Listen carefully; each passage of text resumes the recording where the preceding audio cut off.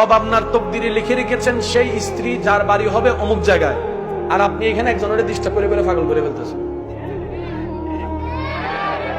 লাগছেনি face যে কথা বলেন, লাগছেনি ফেস।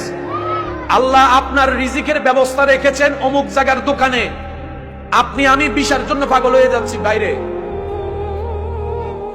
না। সেজন্য আমরা জানবো কিভাবে, বুঝবো কিভাবে, সেটা হচ্ছে রবের রহমতের উপর ছেড়ে দিতে হবে। আল্লাহ আমার জন্য যেটা ভালো হয় তুমি আমাকে সেটা দান করো, সেটা আসা পর্যন্ত আমাকে ধৈর্য ধারণ করার তৌফিক দান করো। আপনাকে যেতে হবে না, আপনার রবই আপনাকে সেই জায়গা পর্যন্ত পৌঁছাই দিবে যেখানে জন্য আপনার জন্য কল্যাণ বরাদ্দ করা হয়েছে। বলেন না সুবহানাল্লাহ। সত্যি করে বলেন, সবাই কি ব্যবসা করে সফল হতে পেরেছে? সবাই কি বিদেশ করে সফল হতে পেরেছে? সবাই কি চাকরি করে সফল হতে পেরেছে?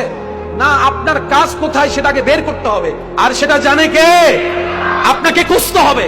যখন আপনার রবের বরাদ্দটা আপনার সাথে খুঁজতে খুঁজতে খুঁজতে গিয়ে যখন গাঁটে গাঁট পড়বে, আপনার দিল আল্লাহ সেখানে বসাই দিবে।